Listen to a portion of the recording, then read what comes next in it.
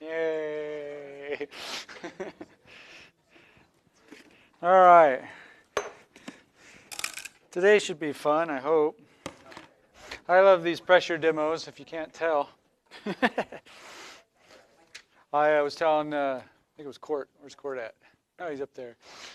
There's so many demonstrations I have for this. I feel like, oh, I got to do that one, and that one, and that one. So see if I can get to them today. So we started chapter 14 on gases, and bottom line here is everything we learned about pressure and density applies to gases as it does with liquids. It applies to all fluids. So we'll just continue on with that. I do want to say, though, before I forget, after chapter 14, we skip to chapter 22, as I've told you before and noted in WebAssign and on the calendar. So we did chapter 13, and we'll finish 14. Then we're going to skip to chapters 22 and 23 on electrostatics and current. Again, charge, how it flows. Lest if you're the ones that are just going, day to day, and you don't need to start reading chapter 15.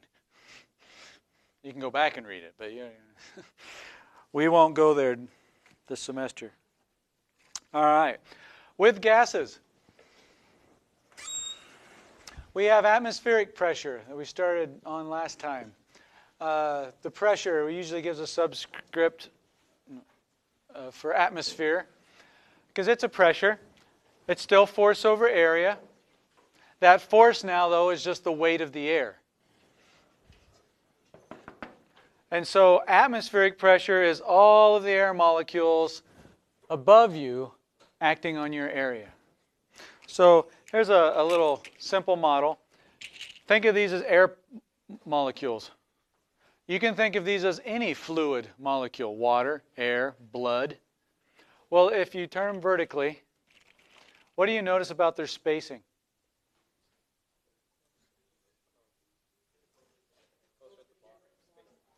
Okay, I'm hearing that the spacing's not equal. They're slightly farther apart up here than they are down there. Why? Yeah, gravity is acting on these. They have mass. If it's air, it's light mass. If it's water, it's more mass because they're more dense. But still, they have mass. And if you add them all up, yeah, they push on here. Let's look at the top one. That one's easier. This one, the second one from the top, only has to support which one? That one. The next one down has to support the weight of both of those. And so on, all the way down here, the very bottom one has to support the weight of all of them above it. All of these guys as weights. This combined force is acting on the bottom one. So you can see with the spacing of the springs that the pressure would be greater the deeper you are. Remember, pressure is depth dependent. So this is indeed happening with the air as well. Air is light, but there's a lot of it. So it adds up. Some of the values of atmospheric pressure. Our standard unit is Pascal. Newton per square meter. Newton per square meter is a Pascal. And so atmospheric pressure is about 100,000 pascals. It's actually 101 times 3 pascals, or 101.3 kilopascals, 1,000 of them. In pounds per square inch, it's 14.7. I mentioned that right at the end Friday, but I know, it was at the end. So on average, these are at sea level, by the way. How do you think the atmospheric pressure changes here at Salt Lake City? Greater? No. Less. How come? There's less air above us. We're higher up. It's like we're up here. So yeah, the pressure's less because we're higher up. You go deeper into the atmosphere, like going lower in the water, you got more above you. And so atmospheric pressure is greater at sea level. So these are at sea level values. 14.7 pounds per square inch. This bar, by the way, is 14.7 pounds. And that's a square inch. So if any of you want to feel it, you can come down at the end. Now we can exert this weight, this 14.7 pounds. You know, we could do it evenly. I could get where everybody can see. You know, you could do it like this on your hand, but that's a bigger area. That's not over a square inch. You want that, I'll do it this way, on a square inch. That's the pressure of atmosphere on you. For that square inch, there's actually another 14.7 pound bar right there, covering every square inch of your body. And if you don't think 15 pounds, it's not much. You guys can lift this, but would you want all that push on in every part of your body? Well, tough noogies. It is already. That's what atmospheric pressure is. So I want to demonstrate that. We usually don't notice pressure until there's a difference in pressure. Remember our ping pong ball cannon? It was all happy if the pressure inside our pipe was the same as the pressure out here. If they were both at atmosphere, nothing happened. It's once we made a difference inside the pipe, lowered the pressure by removing the air, and then the higher pressure outside in the classroom rushed in. When there's a difference in pressure, we notice it. So, who wants to feel atmospheric pressure? Volunteer time. Okay, come on down.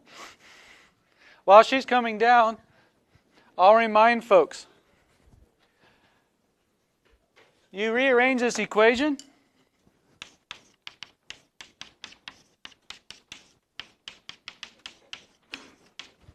If you have a pressure acting over an area, you can exert a force. She's going to feel this force. It's safe. It doesn't hurt. But here, climb on in the bag, please. Face your friends. Get down on your knees and pull it up as high as you can.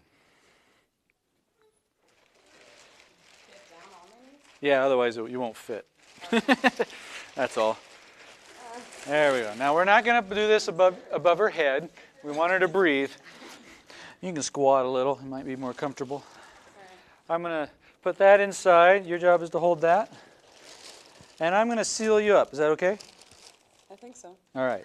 Forgive me while I just don't want to pull your hair.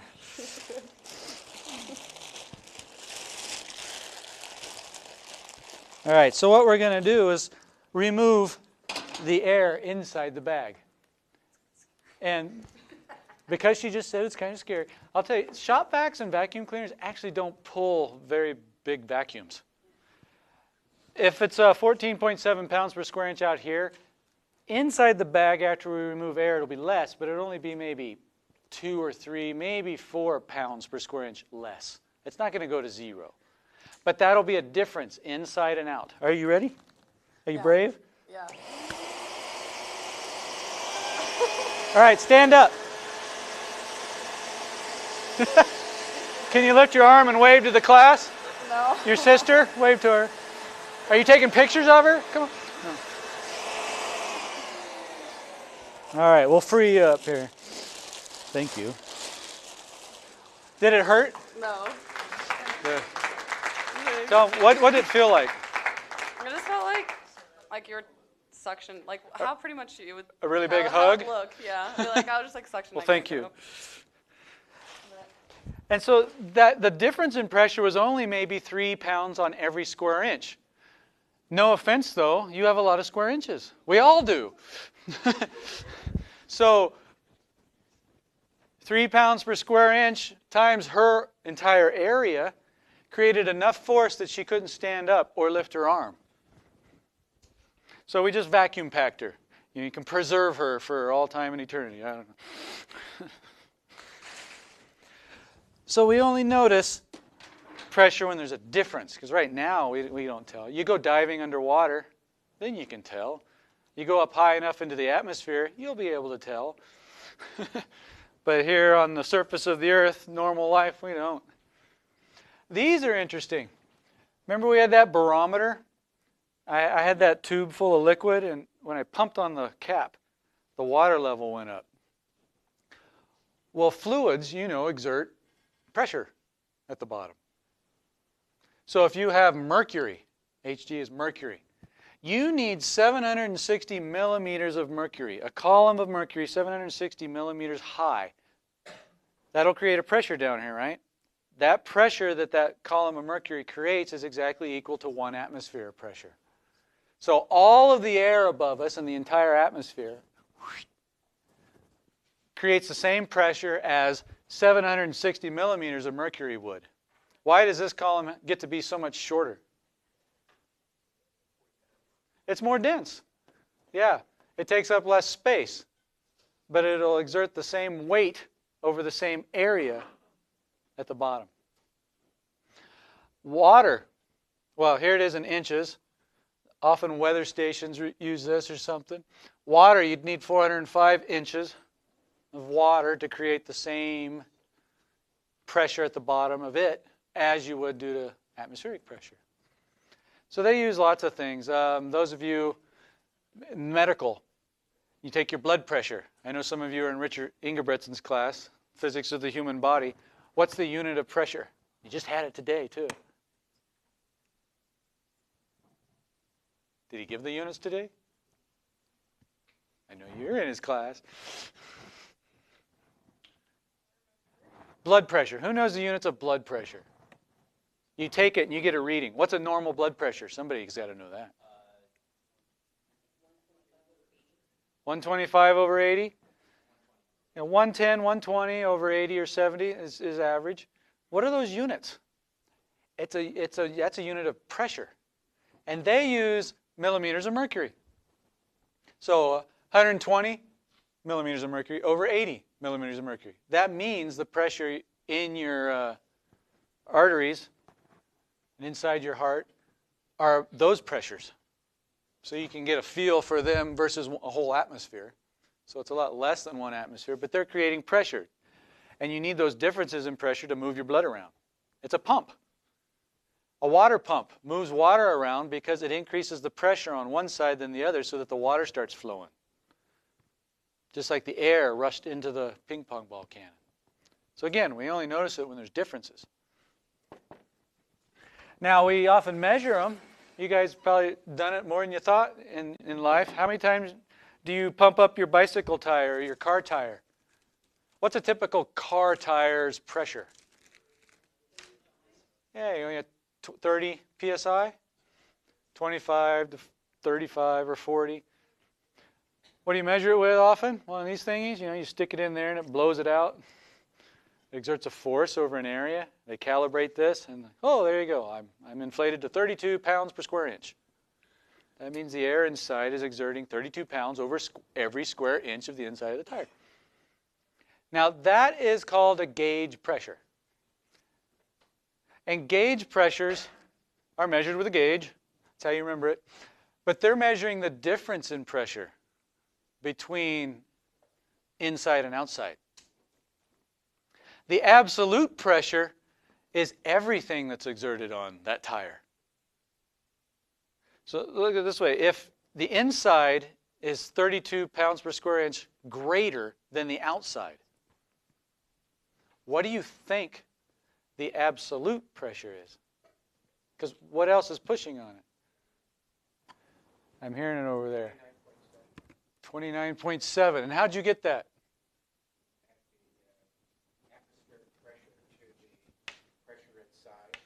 There you go. You have to account for the atmospheric pressure. Look at it this way. If your tire's flat, completely flat, how does the pressure inside and outside compare? They're the same. So we'd say the gauge pressure is 0. You put this on there, it wouldn't do anything. It'd just go. But what pressure is still actually being exerted on your flat tire? 1 atmosphere of pressure. So the absolute pressure includes that. We'd say the absolute pressure of a flat tire was 14.7 pounds per square inch. If you now pump air into it and make it 32 pounds per square inch inside, in addition to the 15 on the outside, you get an absolute pressure on the tire. Questions about that? Another thing to point is gauge pressure then is that difference in pressure, because we don't notice things until there's a difference, and that's what most things read. Those are gauge pressures. I just don't want you to forget that atmosphere doesn't magically disappear. It's still there, and if something's an absolute pressure, it includes that. Tina, do you have a question? Yeah. So the absolute pressure is the difference, or the gauge pressure plus the atmosphere. Yeah, gauge is just the difference, Right. and absolute is everything. The gauge plus atmosphere. Another example. If you dive down underwater, let's draw a picture. You're down here swimming. All right, we'll do a fish because I can draw it easier.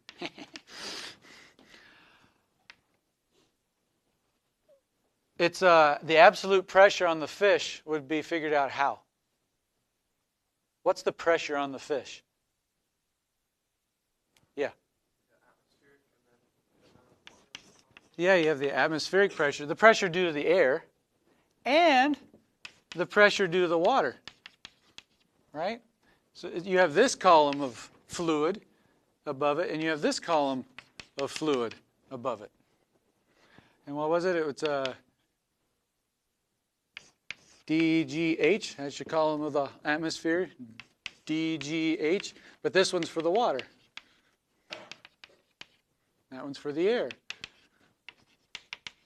So you have the absolute pressure here would be the two together. Atmosphere is still pushing down on the surface of the water, which is then through Pascal's principle distributed through the water down to the fish. But then that added column of water adds extra pressure onto the fish. So that would be the absolute pressure. But often we just talk about the difference. Oh, we went 10 meters down. So we just say the pressure on us is 1 atmosphere. That's one that's fun to know. If you go 10 meters down, approximately, that creates an atmospheric pressure. So just due to the water, 10 meters of water above you adds an additional atmospheric pressure amount to you. So if you're 10 meters down, what's the absolute pressure? 2 atmospheres. You got it. The atmosphere from the air and the pressure, which in this case is equal to the atmospheric pressure in addition. You know what? That's fun. This is fun. Do you know how a straw works? When you suck on a straw? I should have brought one. There you are. There's no such thing as suck. Things don't suck. I know I probably shouldn't be saying that, but it's in terms of physics. What you do when you do this, let's say this is full of water, and here's my straw. Things only flow if there's a difference in pressure. So what you actually do with your mouth is lower the pressure inside your mouth.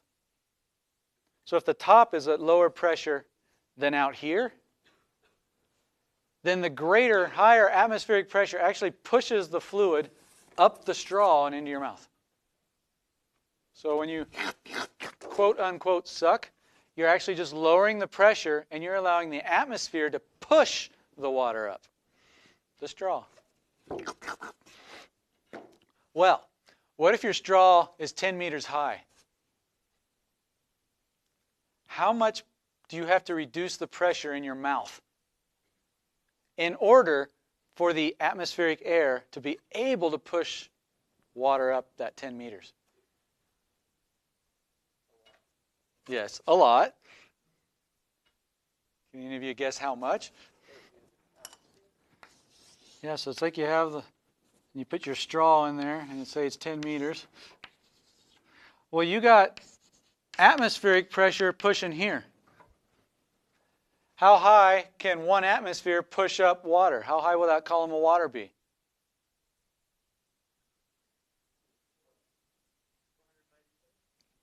It's the 10 meters. It would push it up. You at least agree that it would push it up somewhere. How high? Well, it would go up as high until the pressure from this column balances the pressure of air pushing it up, right? The two pressures. This creates pressure down from the water. And when they're equal, it won't go up any higher. So it's when those two pressures are equal. And I'm just telling you, based on the density of water, you can calculate it out.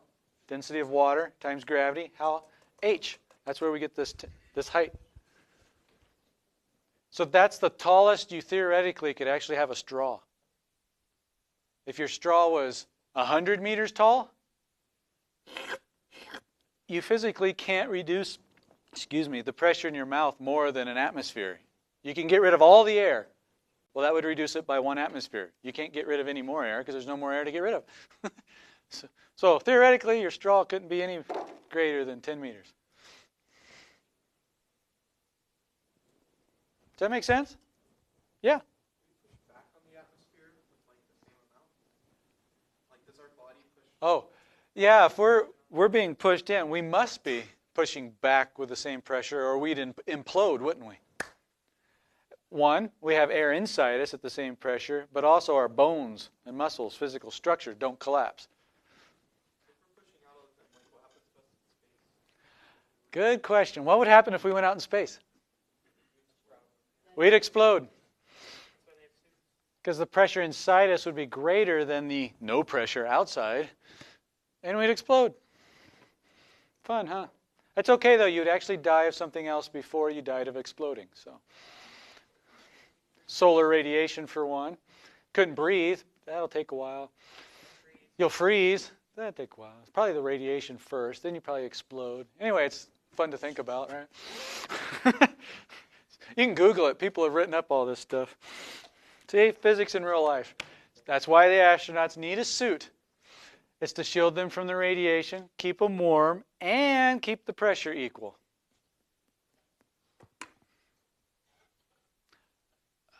So, you guys know, though, you can get water higher than 10 meters. Let's say I need to get water up to the top floor of a high-rise building for the sprinkler system.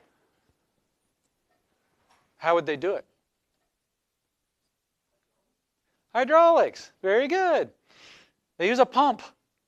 The pump can make it go more than 10 meters. But it depends on whether the pump's at the top or the bottom. If the pump's at the top, it's essentially like you trying to use a straw. And we can only decrease our pressure up here by 1 atmosphere, getting rid of the air. So that could get it up 10 meters. Then we'd have to use another pump and another pump.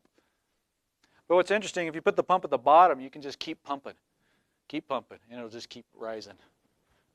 The higher it goes, the more pressure you overcome, the more work the pump has to do. Energy is still conserved. But that's interesting. So you can with a pump. Fun stuff. So that's the difference, gauge pressure and absolute pressure. How you'd account for it there. Oh, here's an interesting one. Who knows? A car tire is pumped up to about 30 psi. What's a bicycle tire typically pumped up to? 60. Yeah, 60. Even more. Why greater pressures in tires? Bicycle tires. Any thoughts? Yeah. Because there's less area inside the bicycle. The area changes, yeah. A car tire is a lot fatter and wider. Bicycle tire is skinnier. So to be able to keep the same force, you need to change the area. Now, there's other reasons why car tires are fat and wide. You know, they have to withstand more rough conditions and want to last longer. But the area idea is in there too. It's part of this principle. You need more pressure if you're over a smaller area, like a bike tire, in order to hold you up. Well, there's another law you're probably familiar with. It's called Boyle's law. It's a subset of the ideal gas law. Court, you just had it, so what's the ideal gas law? Put you on the spot. Anything you remember? Very good.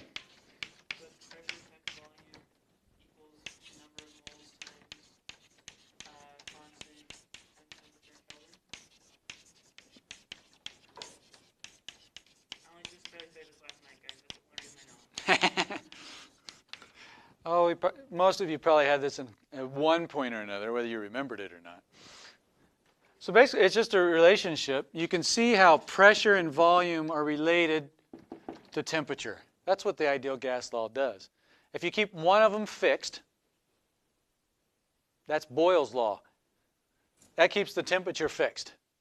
These are constants. If you're dealing with a certain substance, you have so many moles of it.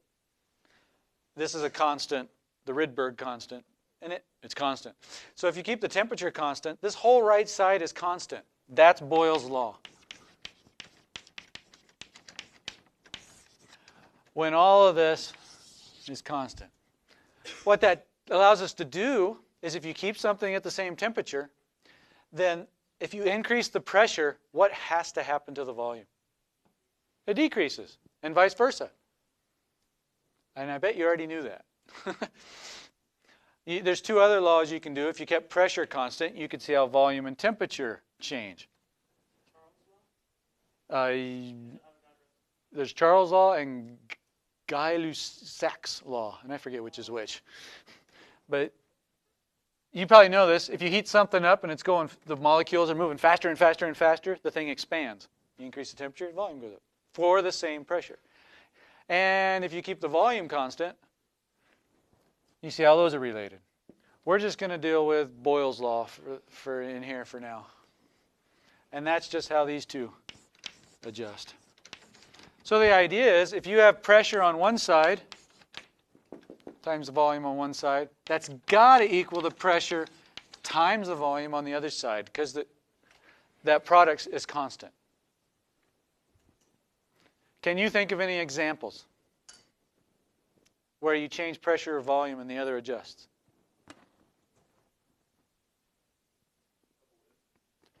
A balloon, how so? Yeah. If you blow into a balloon, you increase the pressure, thus it expands.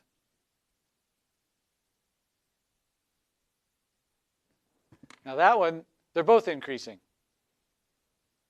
So something else must be changing in that case. So it's not a strict Boyle's law example, but that's the right idea. Good. I'll show you some then. Just thought I'd ask if you happen to think of any off the top of your head. Here's one. I blew up this balloon. The pressure inside's equal to the pressure outside. Otherwise, it'd be getting bigger or smaller. I'm going to put it in the bell jar and pump on it. So I'm going to decrease the pressure around it. The pressure inside the balloon will still be at atmospheric pressure. So what do you expect to happen? Smaller. How come?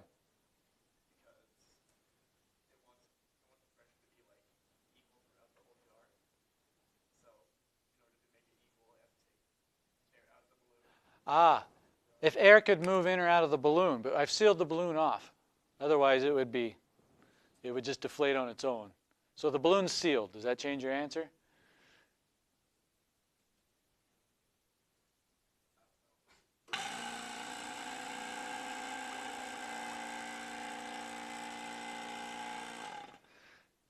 The pressure inside the balloon is still at atmospheric pressure. The pressure now outside the balloon, but still inside the bell jar, is less because I removed air. So it expanded. So in the first case, you have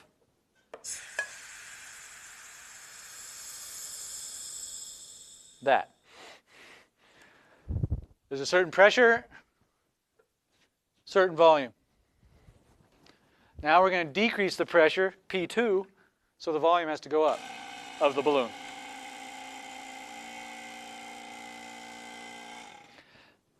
That's how your lungs work. Right, Jordan? Right? Remember this one from Rich? All right. If this is open to your mouth, atmospheric pressure is inside your lungs. You have your diaphragm down here. Your muscles just pull your diaphragm down. That increases the volume. So what happens to the pressure? It decreases. So now the greater atmospheric pressure goes in, high to low. So you ready? I just pull down on it. Watch the balloons. They inflate. That's how you breathe in. Because you're doing that all the time.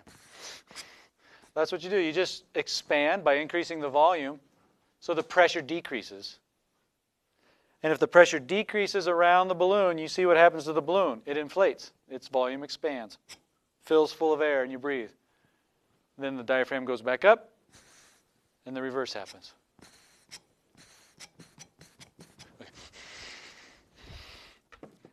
Now, one of my favorites. Let's not do it with a balloon. We'll do it with shaving cream. What's shaving cream made out of? That's right. It's mostly air. It's gel, but it's trapping a whole lot of air. It's like it's in a bunch of pockets, trapped. So it's like a bunch of mini balloons trapped in the gel. So they're at atmospheric pressure. If I reduce the pressure around it, ready? It expands. And expands. And expands.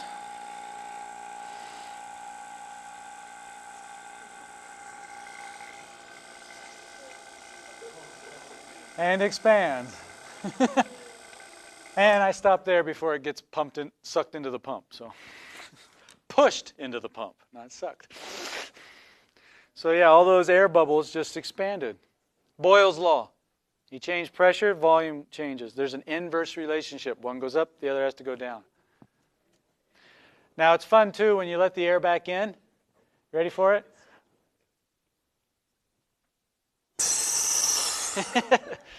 All those cells just collapse. We just bursted them all. It wouldn't work again. Let's do a couple more demos with pressure then.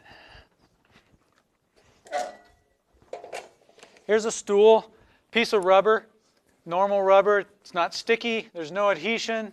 There's nothing. All I'm going to do is just set it on the stool. And you can lift the stool up. It's a suction cup. What happens, what must be happening is there must be forces squishing the two together, holding them together to overcome the weight. Net force of 0. What's creating the force? I hope you can realize by now it must be a pressure acting over an area. We only notice pressure when there's a difference. So what most people overlook is when you put this down, it actually pushes out a little bit of air inside, like the bag. So the pressure between these two is a little less than atmospheric pressure. That difference in pressure acts over every square inch on the top and every square inch on the bottom to create the force, and it's enough to lift this stool. If you let the air back in, it drops. That was before I expected it. Lift it up, let the air back in, and it drops. Here's some suction cups. You push them together. You squeeze the air out. Now atmosphere is holding them together.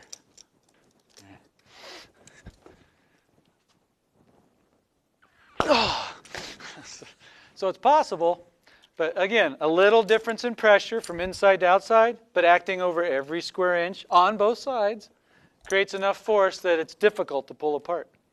If I squeeze it together again, whoops. It's really hard by yourself, but these little valves are nice. If you just squeeze them, it lets the air back in. And then the pressure's the same inside as it is outside. No difference in pressure, no force. They just fall apart. Practical application. When's the last time you had to use a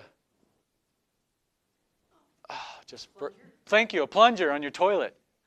That's what you're doing. You're squeezing the air out, decreasing the pressure to create a force to try to dislodge something. Here's one I saw at a store. It's called a lily pad. They make them in different sizes. You got your whatever meal you want, and you want to keep it fresh, you can go get saran wrap and wrap it. Or you can take one of these lily pads and just go. It actually pushes out a little bit of air inside between, and so it actually holds up and seals your food. You let the air back in, and it comes off a piece of cake. They make these for your drinks too. So it's just a suction cup acting over the whole area of the lily pad, force. It keeps them sealed.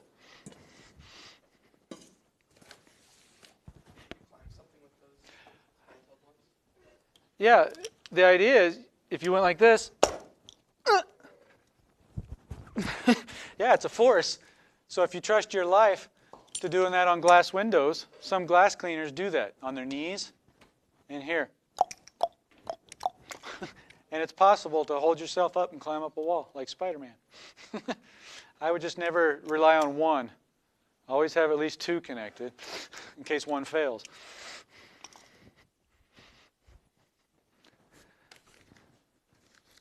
Let's do another one. If you take a hard-boiled egg, you can do this demo, but I don't like doing an egg every time. So I found this jar that this squishy ball fits on. It's not the right size for the to fit inside the container. So what I'm going to do, don't need the water. Let's light some paper.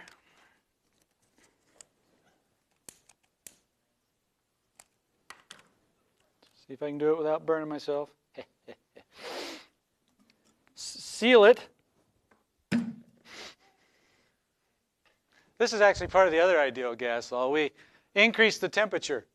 When the flame went out, the temperature decreased. So the pressure decreased because we didn't change the volume. Thus, inside the pressure was less, and the atmosphere actually pushed it in for us with enough force. That's kind of fun. Exactly. How do you get it back out? Uh-oh. I can't push that hard. You can try to squeeze it. If we could increase the pressure inside. So what I do is I seal it with my mouth and blow into it. That should increase the pressure if the air can leak around.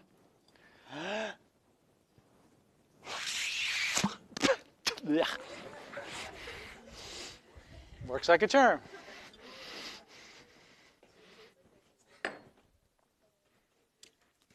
So if you want to try it, do a hard-boiled egg, peel the shell off, find a bottle that fits. Here's another good one. This balloon is open to the atmosphere.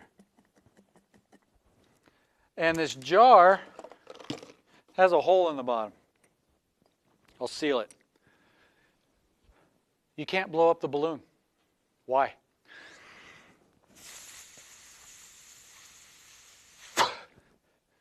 Oh, man.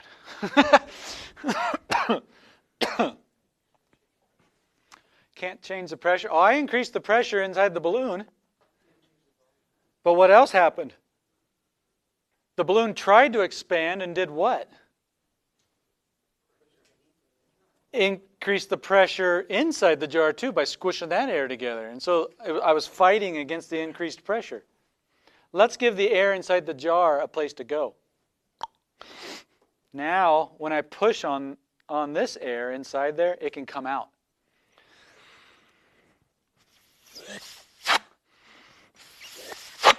Much easier. And what's fun is, once it's inflated, seal it off. And atmosphere holds it open. Because the pressure in here is less. We push the air out. So there's a difference in pressure from the inside of the balloon to the outside of it inside the jar. Does that make sense? So the air in the room is just holding it open.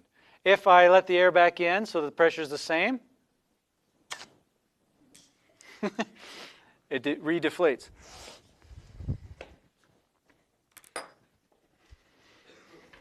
This is called a Cartesian Diver. I'm going to increase the pressure by pumping air in. What's going to happen to the volume then? Boyle's law. I'm going to increase the pressure. So there just needs to be a volume that gets smaller. You probably can't see it, but this little eyedropper has blue water in it with an air bubble. I'm going to push on the air in here because it's going to increase the pressure. Through Pascal's principle, it's an enclosed fluid. It's going to distribute that pressure equally throughout. So it's going to act on the water.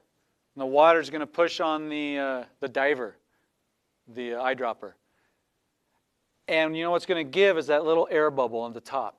So if I increase the pressure, its volume will go down. If that air bubble gets smaller, what happens to the density of the eyedropper? It increases. What if I can increase it enough? It sinks now. So I increased the pressure, the volume of the air bubble decreased, which means the density of the eyedropper went down. I mean, increased. And it sank. If I let the air back in, you can even, if you get it close, let's see if I can. Not enough. If I squeeze it, that can increase pressure, and you can get it to dive. Let up, and it comes back up. Can you guys see that okay? Squeeze it, and it sinks. Let back up. It's like magic. Some ketchup packets will do that. Put some ketchup packets. Find ones that float. Throw them in like this, seal it up, and squeeze. If you can change the size of the air bubble in your ketchup packet, you can get it to sink. If the air bubble's too big, you might not be able to squeeze well enough. And if the ketchup packet already sinks, then the air bubble's not big enough in the first place. All right. We got 8 minutes. Let's transition to Bernoulli's principle. Yeah. So up till now with fluids, we've dealt with static fluids. They haven't been moving much. Unless there was a difference, then we could get it to move that way. What if it's continually moving? Now we're going to do with moving fluids. And I'll just start it and we'll finish next lecture. Bernoulli's principle has to do with this. It's basically conservation of energy. It says as the fluid's moving, it's got kinetic energy, right? If it's moving, it's got kinetic energy. But a fluid can go down and up. And we know the pressure changes with depth. But that's kind of related to potential energy. So position, location, height, there's your potential energy. It's moving, kinetic energy. And these pumps, or differences in pressure to get something to move. You do work on something. You exert a force over a distance. These are all how energy changes. Well, if a fluid's moving, no matter what it does, if it speeds up, slows down, goes up, goes down, goes lower, the energy has to stay the same.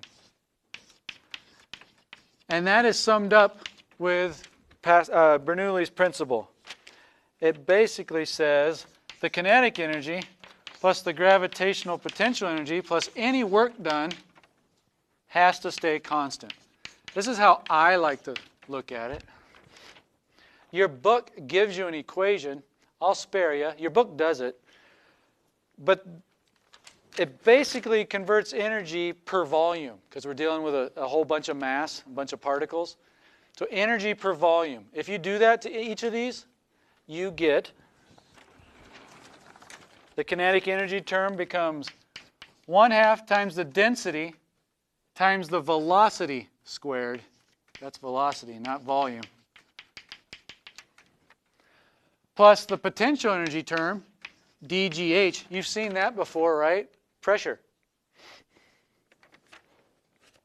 And the work, pressure.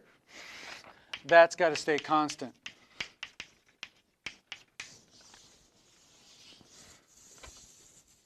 So it looks scary. 1/2 density times velocity squared plus density times gravity times height plus pressure. But all that has to stay constant, no matter how the fluid moves. Idea here. If you let's look at our flasks that we had full of water. And we put a hole down here. Remember what happened? The water squirted out. Well, you have so much energy up here, right? You have a different energy down here, don't you? Why? Yeah. Where's the pressure greater? At A or at B? B. So we increased the pressure from this. That'd be like this term. How much more? It's based on the height and the density of the water we're in this case. So you have more energy down here. Well, as the water's freed, it starts moving. What form of energy do we gain? Kinetic. So this term decreases because it's freed. And where does it go? Into speeding up the water, and it squirts out. That's an idea of this. A water tower is similar. You store up water, right? For your town. How high do you need to make a water tower? Depends on how many homes you have. How many homes is it trying to service? They all need pressure, right?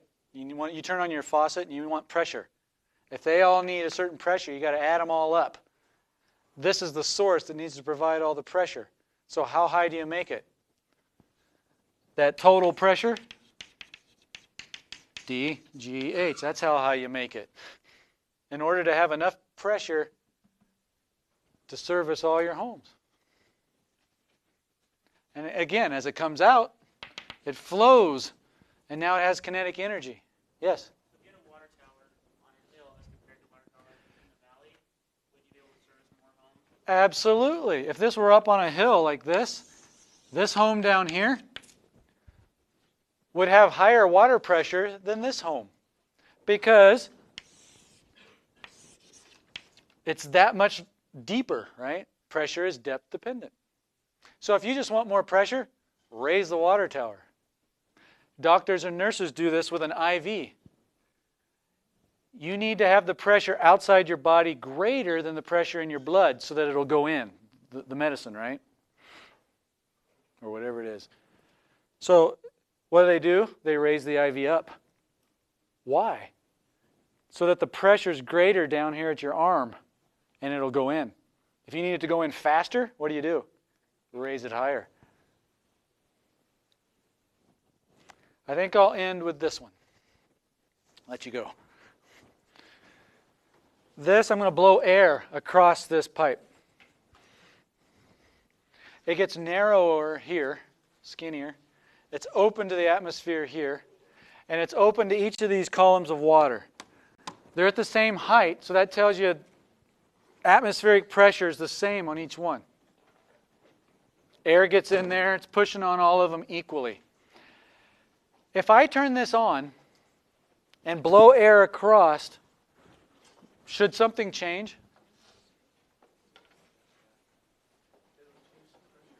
Right. If air is moving, I add energy here. So something else has to give. Am I changing height as I go across the black tube? No, so I'm not changing potential energy. So the pressure will have to adjust because it's moving. That's Bernoulli's principle. I'll do it, let you think about it, and we'll discuss it next time. You ready? See if you can figure out between now and Wednesday why it goes the way it goes. The skinny part comes up. When it widens back out, it goes about back to where it started. Stop the airflow, the pressures are all the same. Increase the airflow, add kinetic energy, and the narrow part of the pipe, where that's connected, the water comes up. Think about that one. See you next time.